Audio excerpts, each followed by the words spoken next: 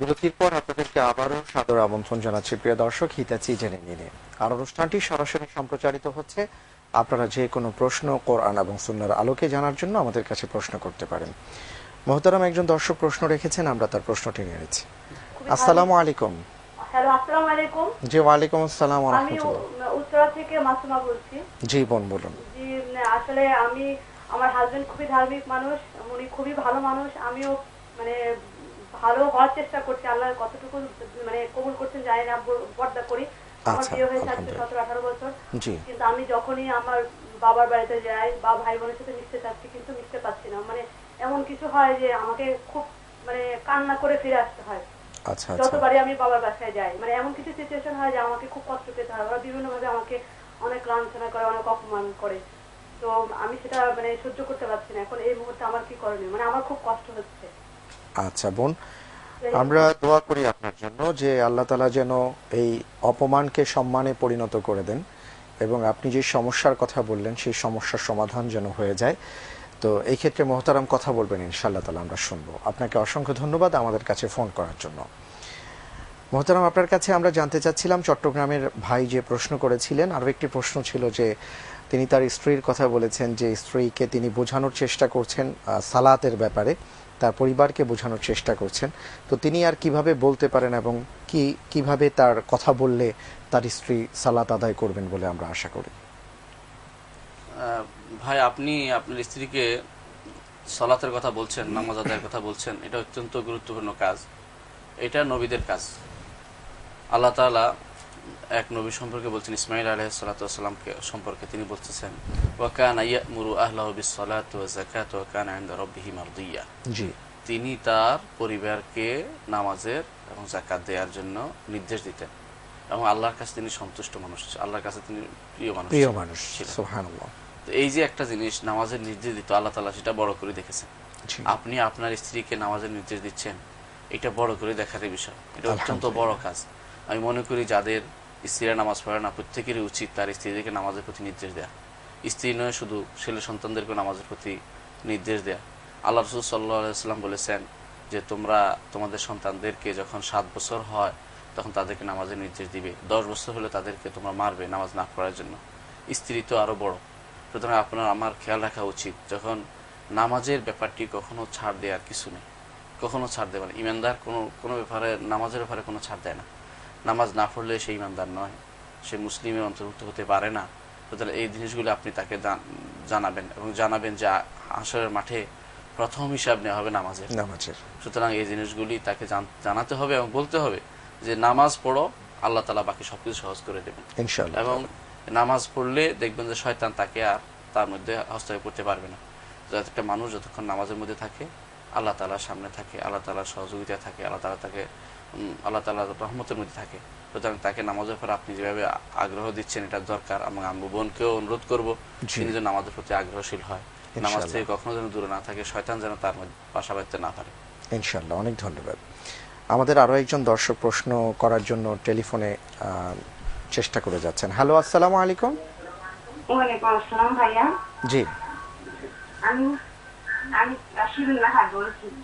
আচ্ছা, আমার দুইটা প্রশ্ন আছে ভাইয়া। জি, আপনার টেলিভিশনের সাউন্ডটি আগে কমিয়ে দিন। জি ভাইয়া, আমার প্রথম প্রশ্নটি হচ্ছে যে আমার হাজবেন্ড এক বছর ইন্তেকাল করেছেন। ইন্না লিল্লাহি ওয়া ইন্না ইলাইহি রাজিউন। জি, তো আমি অনেক ইমোশনাল হয়ে পড়েছি যে আমি মৃত্যুর পরে দাঁড়িয়ে জানা যায় আমাদের খুব আন্তরিক এত ভালো সম্পর্ক আমাদের ছিল। তা আমার এটা খুব জানতে ইচ্ছা করে, আমি কি মৃত্যুর পর আমি কি তাকে পাবো এইটাতে, আর কি করি আমি জান্নাতে যেতে পারবো?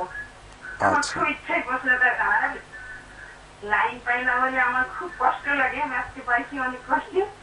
আচ্ছা, আলহামদুলিল্লাহ। আমি এটা জানালে একটু হবো। আর হচ্ছে আরেকটা প্রশ্ন আমার, জি, খালাতো ভাই বোন তারা জি, যে ছোটবেলায় ঘুমের ঘরে ওই খালার দুধ খেয়ে ফেলছে। আচ্ছা, ঘুমের ঘরে ইচ্ছাকৃত না। এখন তাদের বিয়ের জন্য খালা তাকে দুই ফ্যামিলি থেকে দুই বোনের ইচ্ছা করেছে। তো এটা কি হতে পারে? আচ্ছা, সেই খালাতো ভাই বোনের বয়স তখন কত ছিল? তখন ছোট্ট আর কি, ঘুমের ঘরে দুধ খেয়েছে। ছোট মানে কি দুধ পানের বয়স ছিল 2 বছরের মধ্যে ছিল? 2 বছরের মধ্যে দুজনের? জি জি। আচ্ছা, অনেক ধন্যবাদ আপনাকে। আমরা দোয়া করি আপনার স্বামীর জন্য, আল্লাহ রাব্বুল আলামিন যেন তাকে মাফ করে দেন। আল্লাহুম্মা নাওবির মারকাদা ওয়াজআলিল জান্নাতা মাসওয়া। আপনার জন্য আমরা দোয়া করছি। মোহতারাম, এরপরে আমরা একটি প্রশ্ন পেয়েছিলাম। আমাদের একজন বোন জিজ্ঞেস করেছেন যে অনেক জায়গায় বলতে শোনা যায় যে অমুকের কাছে অমুক বড় আল্লাহর ওলি, কারণ তিনি অতীতের কথা বলে দিতে পারেন, ভবিষ্যতের কথা বলেন এবং তার উপরে ভার হয়, একটা শব্দ আমরা শুনেছি। তো এই যে বিষয়টা যে অতীত বলে দিতে পারলে সে আসলেই আল্লাহর ওলি কিনা, বা আল্লাহর ওলি হওয়ার জন্য এমন কোনো শর্ত আছে কিনা যে অতীত জানতে হবে, বিষয়টা কি? বোন, আপনার প্রশ্নটি অত্যন্ত গুরুত্বপূর্ণ। আজকের দিনে বিভিন্ন জায়গায় যেভাবে অলির ছড়াছড়ি দেখা যাচ্ছে, তাতে ঈমান হারা হওয়ার মানুষের সম্ভাবনা সবচেয়ে বেশি।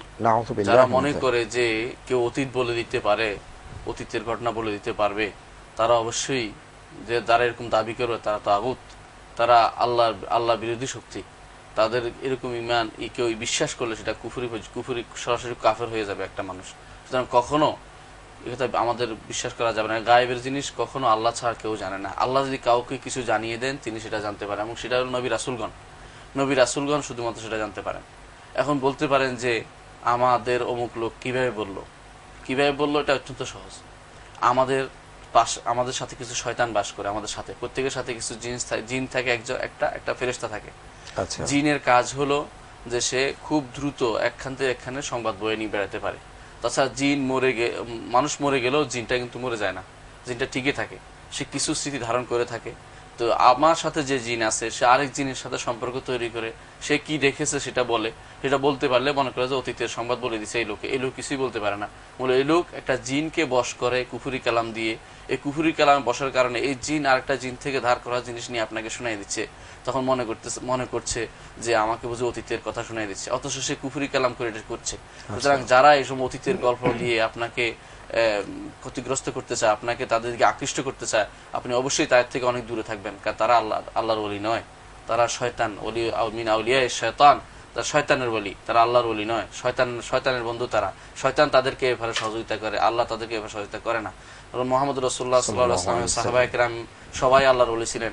কেউ তো অতীতের কথা বলে দিতেন না কারো ব্যাপারে। আসলে বলে তোমার এই হয়েছে, তোমার বাড়িতে হয়েছে, এগুলো কিছুই বলতেন না। এটা মুহাম্মদ সাল্লাল্লাহু আলাইহি ওয়াসাল্লাম বলতেন।